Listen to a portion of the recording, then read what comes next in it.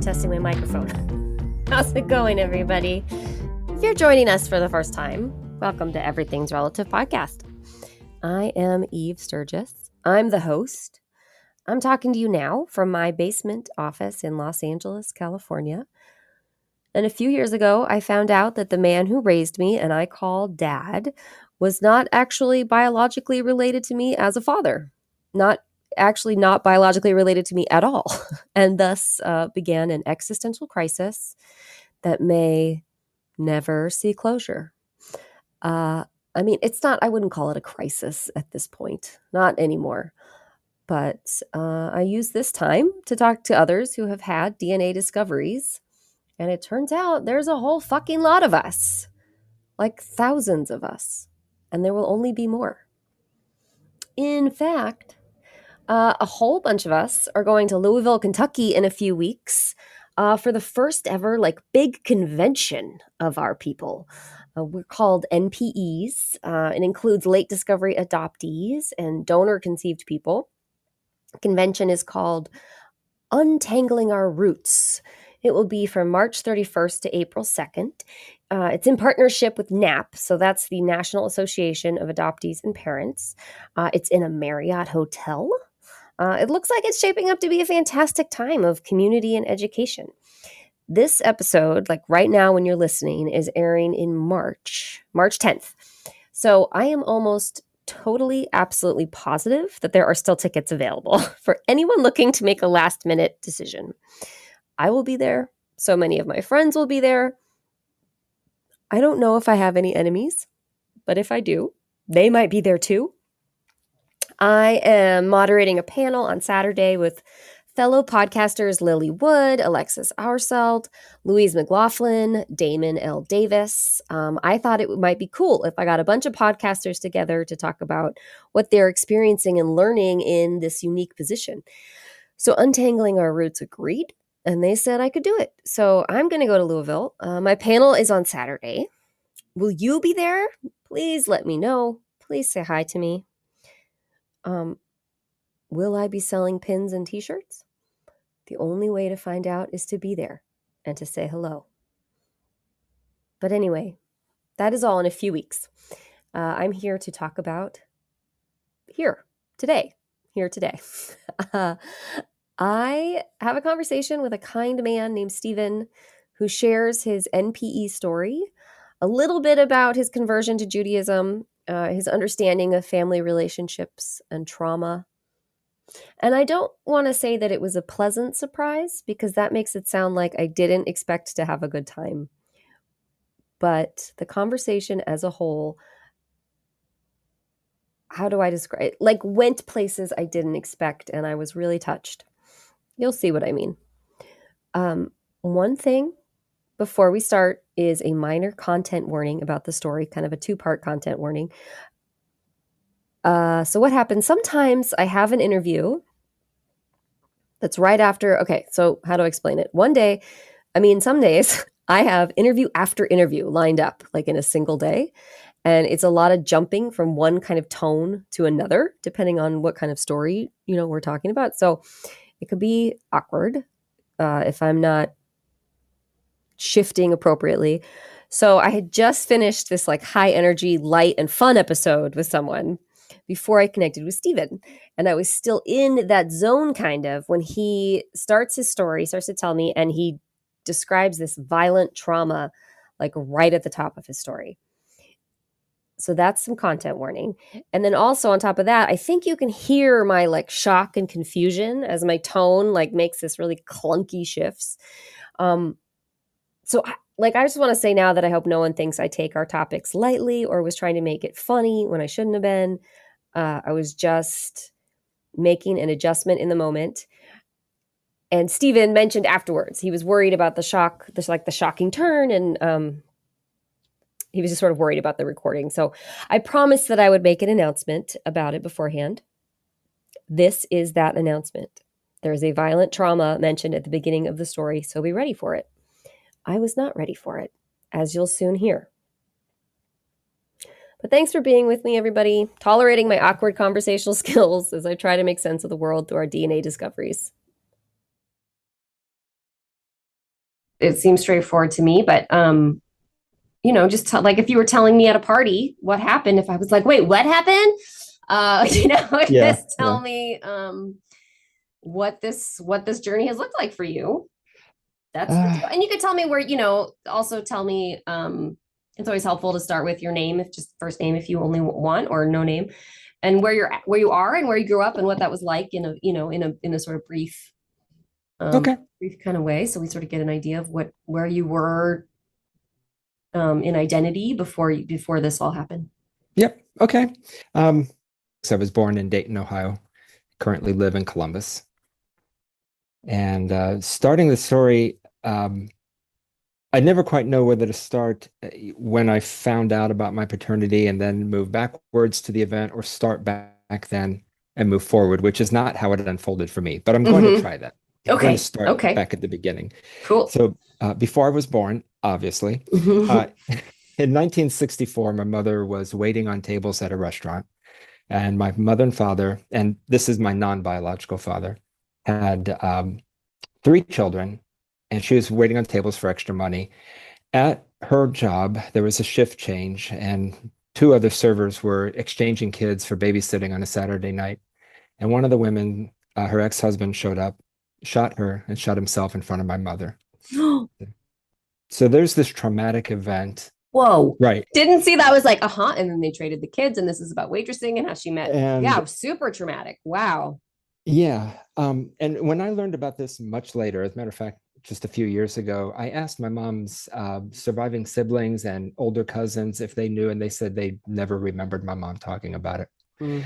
And I think my mom buried that piece. And later on, my brother found a letter she had written to a childhood friend where she talked about uh, being on nerve pills, and the nerve pills were ending. And that sort of fueled my understanding of where her alcoholism came from. And by the Mm. time I was born and throughout the first 25 years of my life was a slow descent uh, of her through alcoholism, ending in alcoholic dementia. As part of that, since I had older brothers and I'm the youngest, my brothers tried to protect me a lot from what was going on. But I was a naturally curious kid. And at some point, they said, so our parents divorced, and my mom then was living alone or living on the streets in a gradual state of deterioration. And they would tell me, mom wasn't always like this. Things were different, before you were born. Not to make me feel guilty, just Mm-mm, I mm-hmm. understood that. And so I was like, how did we get from there to here? I never quite understood that. After I had known my mom to work for a lawyer, I'll call him Joe, and she had taken me to work with her a couple of times. I didn't know him personally, just I'd been in the office with him. He was an attorney, she was the legal secretary. When I was 14, Joe died. And these are all, I should say, also pseudonyms that I've got a little list here to look through. Sure. Great. Joe died, and mom called to tell us that, and I was sympathetic. I understood she had worked for Mm. him. She was very upset, and my brothers were not sympathetic, very impatient. And I said, why are you being so mean to her about this? And it came out that she had had an affair with Joe, and it clicked with me that this man was probably my biological father. When you were 14. Yeah, yeah. Okay. Okay. So you That just pieces just all fell together right then within that narrative. Yeah, there were other jokes. My brothers would joke about me being the change of life baby. My mom had me Mm. when she was 40, and Mm-hmm. um, and I was still young enough that the familial differences, physical differences didn't stand out as much, but I Mm-hmm. did have a sense that I just was a different. I felt Mm-hmm. much Mm-hmm. more like my mom's family and not at all like my dad's family. Mm-hmm. Um, and so I kind of put that together and went forward with that, thinking, all right, he's my biological father, and didn't do much about it. As I got to be an adult, I told more people about it. And when I was 25, I was moving from Dayton to Columbus. My mom was in a very bad state and not eating much and not walking. And I thought, this is my last chance. And I just point blank asked her, Mom, is Dad my real father? And she started to cry and said, I don't know. And what I want to say about this is I know a lot of times those of us in this position have other people who are somewhat mean to us or keeping secrets from us. And on the flip side, I was the real jerk here. I was cruel and indifferent to her, uh, to get information that I thought I had a right to know, and damn what anybody else thought. And that sort of gave me some caution as I moved forward with this. My mom died in 2008, and that opened up the door for me. Can we talk? I just want to talk about what you just said a minute ago,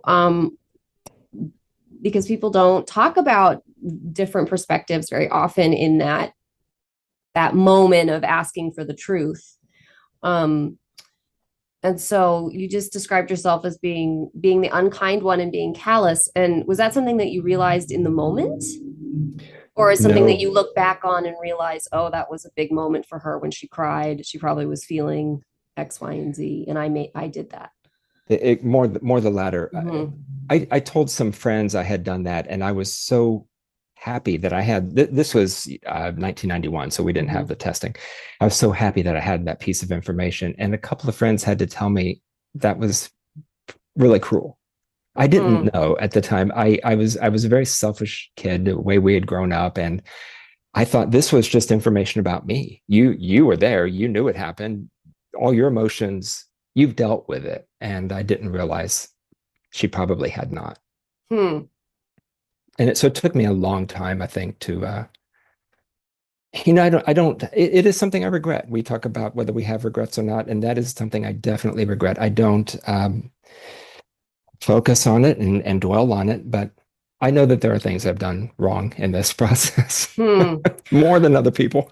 Well, that's interesting. Because I think so many people in our community would say, no, you weren't. You weren't being cruel. You just needed the information. You just had quote unquote the right to know.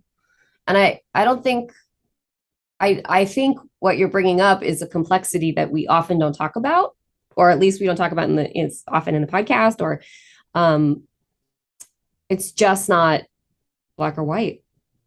Right. It says a lot that you're able to see that side and admit regret.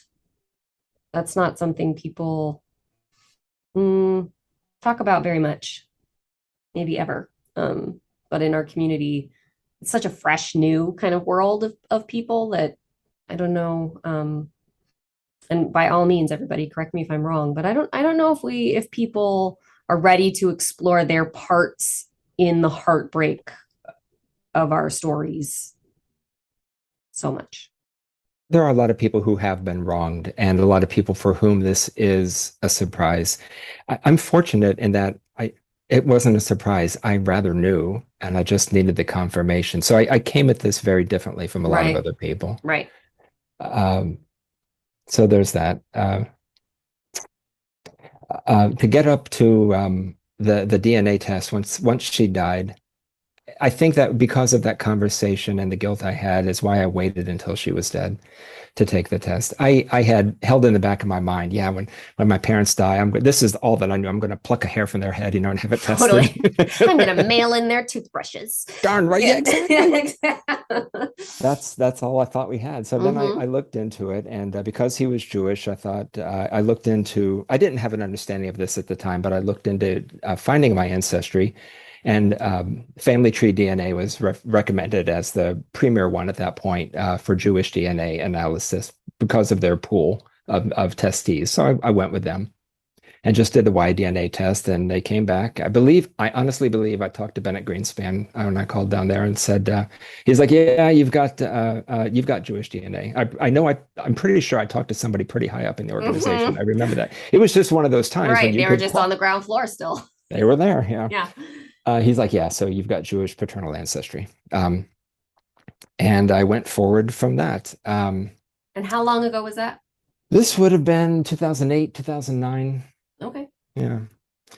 Um, And so once I had the name, I knew my father's name. I began to look for some relatives and find out what I could. I found the Jewish genealogy website. I found out I didn't know he was from Boston. Found that information, surnames, and the people who are in Boston, and I had a nice little collection.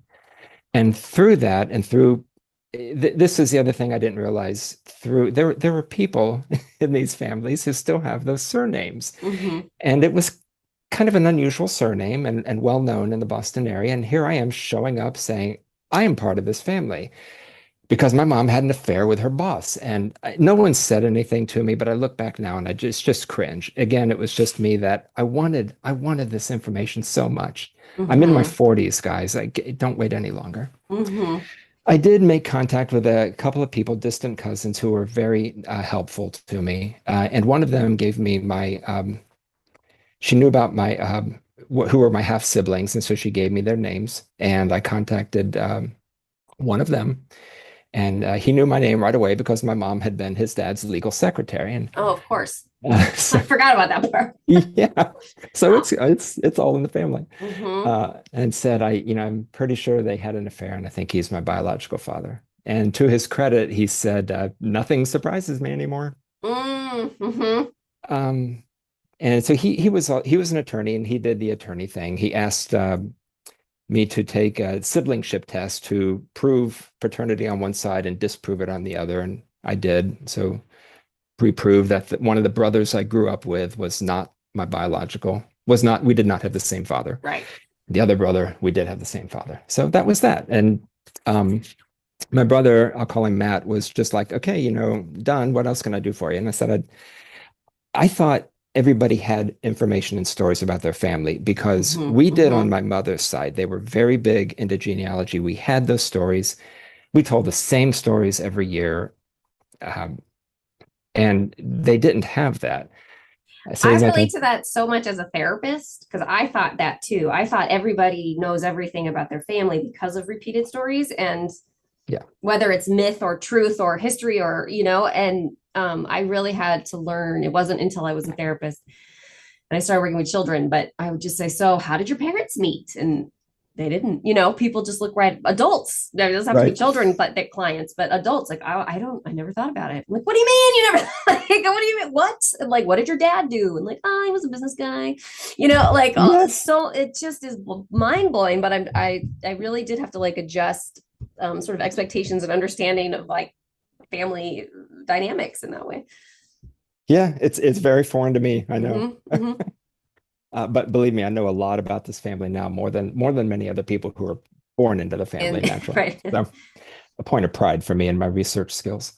Uh, and so he was a twin. Also, I talked to the other twin who had taken the test with me, Mark, and he said, yeah, we just don't have much for that. And they didn't say go away, but they were like, I just, don't want to meet right now. And I understand it was at the point where I understood that.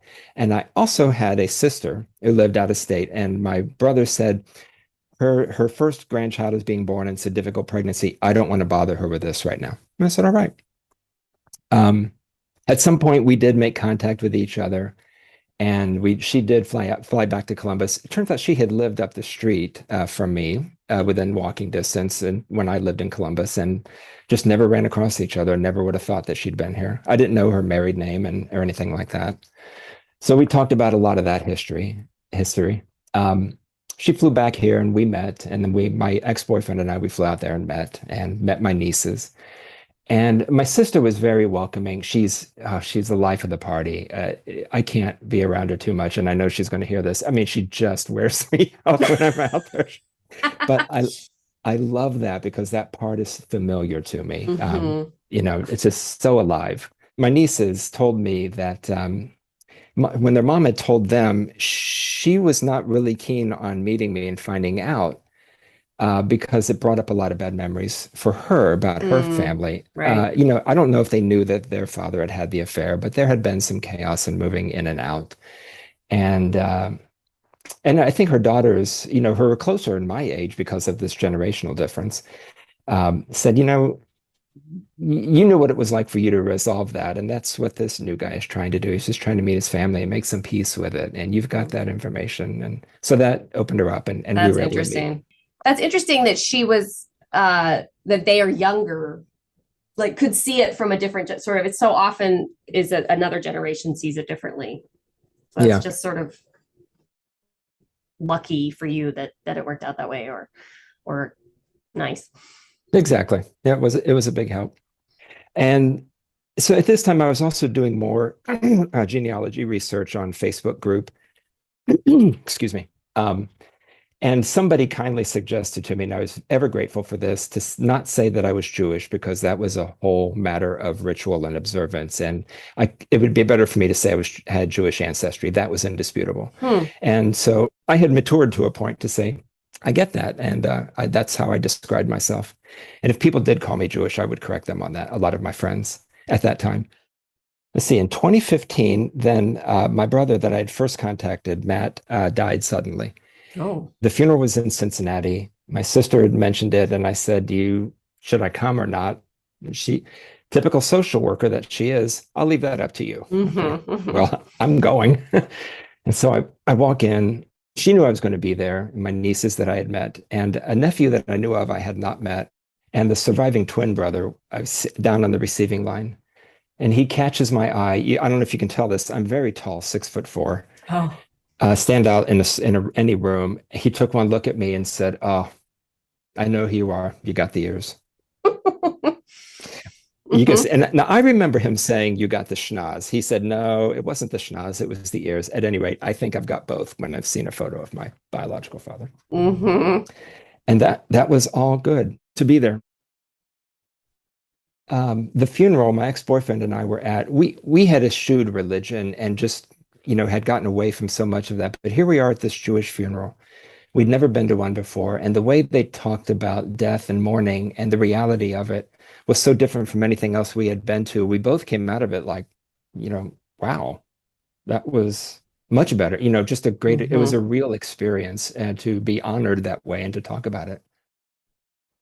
Came home from that, and that sort of began my should I convert to Judaism? And I looked into it, and I think that was the deciding factor. So that was 2015. I sat on it for a few years, and coming into 2019 is when I first contacted my rabbi, and we had a class starting up in the fall. I took my first Hebrew class, enrolled in that 9-month thing. COVID hit, we finished up that, and I finished my conversion in August of 2020. So now I can say I am Jewish and an observant Jew. So I'm very proud of all of this. We'll come up to the present. I'm very proud. I'm posting a lot of this on Facebook. I asked my brothers if they minded me talking about this and knowing about it, and they said, "No, this is your story. We kind of thought you might do this, but it's who you are." One of my brothers, Gene, I could talk to him about growing up in our alcoholic family and some stories. And at some point he said, I don't like talking about this. I know you want the information, but it doesn't leave me feeling good. And so I learned to back off of that as well, just part of my maturity. Mm-hmm. But, what I was finding about Jewishly, I was just so happy with. Right. You might remember it was a tense political time since, 2016 in this country. And Here in my brother, America? yeah, my brother Alan and I had a fairly big dispute on Facebook and kind of broke contact and stopped talking to each other. My dad was still alive at this time. I had asked my brothers, never tell dad I'm doing this, and I do not want him to know. I had mentioned it to him casually years before when I was in my teens and treated it like a joke, again, not knowing how Sure. sensitive it might be. So I just made that caveat, do not tell anybody.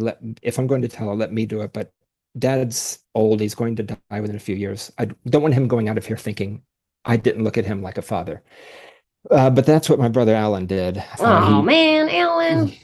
He took dad and he played it as if I was not proud of the side of the family I grew up with, our Greek side, that I was ashamed of them and that I wanted to reject that to be part of this Jewish family, with none of which was true. And my dad said, "Why didn't Steve come and tell me?" And Alan said, "Well, he thought you couldn't handle it." And my dad, who never swore, never got angry, said basically, "Well, F that."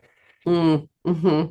And so Alan relayed to me later what had happened, and I'll relate this back to the very beginning of the story and the traumatic episode. My father said, I had asked my dad also if he remembered this murder, and he's like, I kind of do, but he didn't know a lot of it. But he pointed out that he had always felt like less than a man should be. Here he was with 3 kids in the 60s.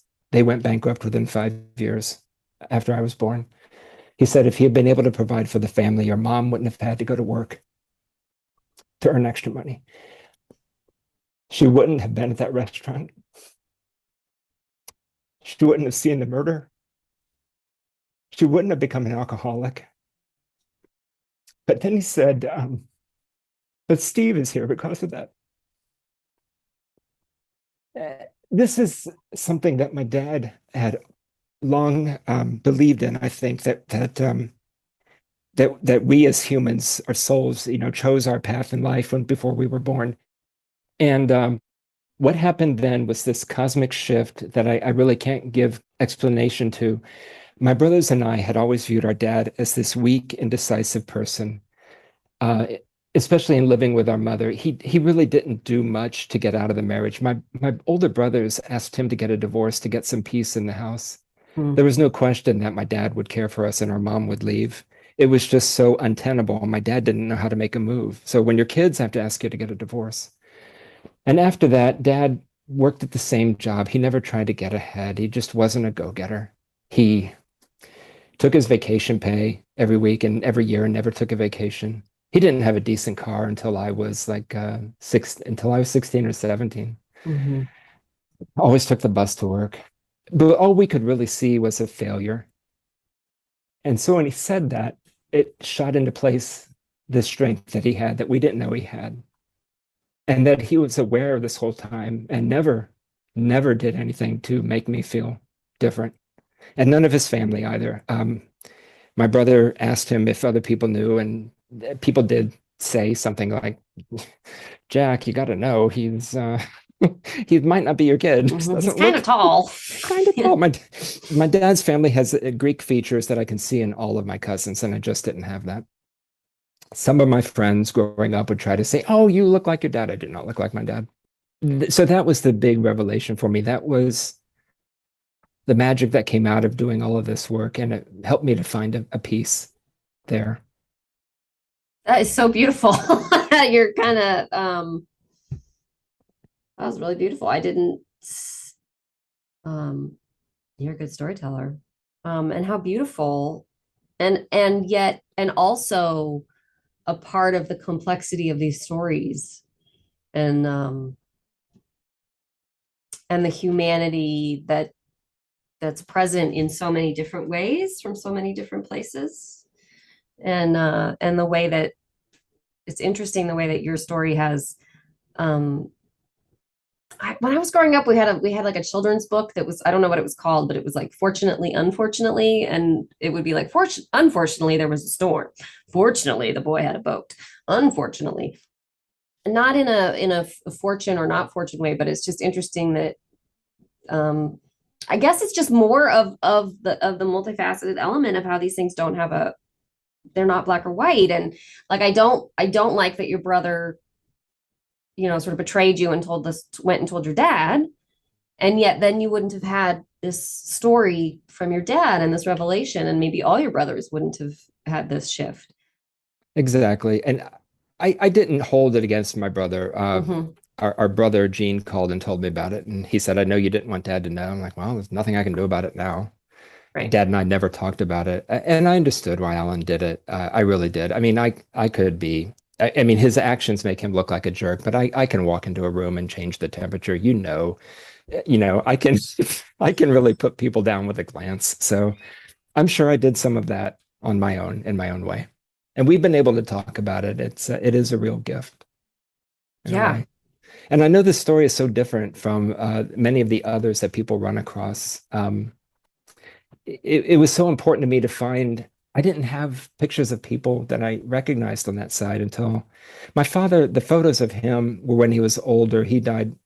He died when he was 67. And let me come back to this part. Um, where I am placed in the generations in relation to cousins on that side are a little backwards. My father was 53 when I was born. Go, Dad. You're right. You're right. My mom is 40, right? Mm-hmm. So my father's born in 1912. My mother was born in 1925. His father was born 1879 in England. My grandmother was born on my mother's side 1902. So there's just such I'm a generation behind. So Hmm. where I am at 56, I am a great grandchild to somebody in their 70s who is a great great grandchild of the same person. Right. It's it's very odd. Absolutely. So they're like, if I talk to them, they're like, well, shouldn't you be this generation? I say, well, you got to remember, the man was older. I waited. The world wasn't ready for you yet. Right. Um, yeah, I mean, I think I think the term we always are using is genetic mirroring, right? And how powerful it is. It's not just about looks. It's something to do with the genealogical thread and how important it is to be able to follow it backwards through the lines, lineage. I don't know if I came up with this or if I heard it somewhere, but the concept of genetic memory. It's something embedded in us. Like I would Hmm. think if you were to take me back to Ireland, something would kick in more than it would if I were in Belgium, where I don't have Right. any roots from, sort of thing. Hmm. Maybe that's a I little, mean, it just comes up again and again and again. does it with, So, it does with yeah, people. oh Yeah. yeah, absolutely. I like sort of well, epigenetics is a whole study of that they really sort of focus on trauma carrying through to generations, but people again and again, especially in our, in the MPE community, or just talk about like being in lands, so often and feeling familiar, um, and other things we don't consider relational, as Hmm. being things in common. Um, places or behaviors or a food or a music or so many things that they find out later connects them to a lineage. Hmm. Really powerful. I thought I had a natural knack for pronouncing the Slavic and Hebrew names that I ran across. They just kind of rolled off my tongue for the most part, and I like to think that that was in there as well. So it's just a person trying to fit themselves into something that they didn't have. Right. Right. And that's an interesting one because there's just no way to know. Yeah, Like, right, right. maybe you're just good at saying it, maybe it's genetic. But how lovely to at least have one sort of benchmark for yourself or buoy to or place to understand it. And you talked about the generational trauma, and I Hmm. think that's something that I see coming out of this is that we've cut that off by coming to terms with this, because my mom didn't tell her, nobody knew about this. If we didn't have that letter, there was another story that I won't go into because it involves my brother Alan's private life. But during the point when we were not talking to each other, we were at a Christmas gathering, and he told a story and he connected it to mom in a way. And the information came out about this letter, and that's what kind of started me down this path. And I was able to find the police report, the news report of when it happened, and my mother was not named in it, so that always was suspect. But still, she had told my brother that story, so why should we not believe it? Hmm. I wonder if it's helpful for anybody who is in a family system that has a particularly painful dysfunction, like your mother's alcoholism is sort of like the pointed to source of pain. And as far as everybody knows, it's come out of nowhere. So that's how you all developed, and that's how your family system was, and that's how you understand life. And like to think that you came out of a vacuum and then to finally have it all placed to an event that not only humanizes your mother, but makes it all make sense. That's got to be powerful information. It was. I remember her sisters. I would ask her, how she became alcoholic, and she was a hard drinker. And she said, I said, did she drink when she was younger? And she said, maybe a beer once a month. It was like not a thing. Hmm. And so it always was this mystery. And cutting that trauma, stopping that in some way, and being able to talk about it are gifts of our generation. Yeah, it's a powerful way to think about it. Hmm. And so you're active in a synagogue, and are you active at all with other like NPEs in our community that have converted later in life due to sort of and Um, I no, none Mm-hmm. that Mm-hmm. I know of. And actually, except for the podcast, it's something that I try not to talk about. My rabbi will ask me, he teaches this class every year. He's asked me twice to talk about what it is like to be on the conversion process. And I'll Mm-hmm. mention my ancestry, Mm-hmm. but I never wanted other converts to feel that I had a leg up on conversion. Right.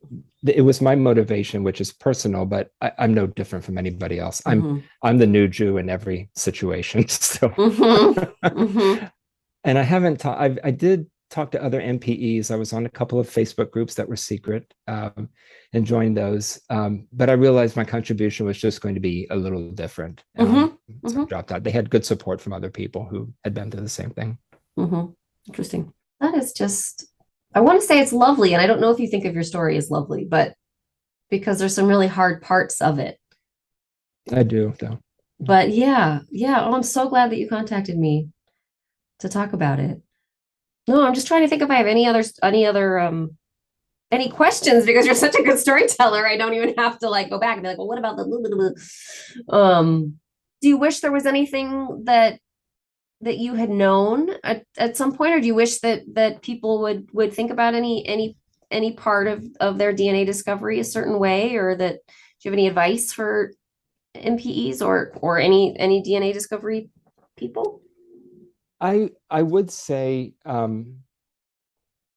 don't let people take your story away from your own truth. But it may be a lonely road at first.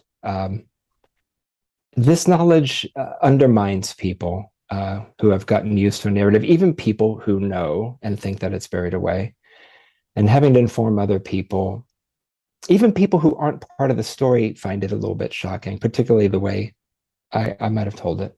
And it always comes down, generally, not always, it comes down to matters of sex and affairs or something illicit, except for the people who or donor conceived. But even then, the doctors may have Right, even used the then. same sample repeatedly. And when we say sample, we mean sperm, which is Yeah. gross. Like it's just like no matter what, it gets uncomfortable very quickly. I would say to new people who are new that you will find your community and find them and talk about it. Any new relatives you find, handle with kid gloves, especially if you Mm, find them on a DNA match test. Um, Play dumb. If they reach out to you, play a little dumb at first. If that works, don't lie. But I went about it rather, like I said, heavy-handed, and I was fortunate with the people that I contacted. And also, I did hear that, and I just found some more information today as to why. I heard that my father was somewhat regarded as the black sheep of the family. He grew up in Boston and left and came to Dayton, and no one really kind of knew why. And I think that what I found today, I understand why, and now a little bit more. okay. I also found that he had been married for 2 years, and that divorce, I think, was a part of it in Boston. And even his kids didn't know that he had that first marriage. No, Mm-hmm. I am the researcher. You need Yeah, anything? You yeah. come to me. You're gonna be my guy. It's so interesting how things I think about this a lot with my own situation and because that's the best easiest way to look to easiest example right in front of my face all the time, but how to think of something like a marriage that you never told anybody about, or like your like adult children finding out about a marriage of their parents, and for them it was so long ago, and like 2 years is just such a blip in the grand scheme of things, but for anybody younger than that, and for a child that thinks they know everything, it just I don't know, it's just mind blowing, like the things. And I just only now started to realize that, like, oh, this thing that happened a long time ago that felt like a big deal, that was only 1 year of my life. And like Yes. that has perspective changes as you age about the importance of things on the grand scheme. I don't know. So the marriage one is one of those, and the hidden children is the other one. But Yeah. all of us surprise kids. But the things that to my parents feel so long ago, and to me it's fresh information. And Yeah.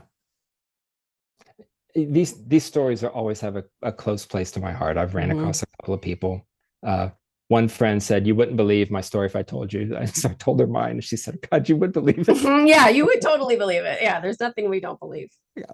After this. Absolutely. Oh, Stephen, this was great. Thank you so much.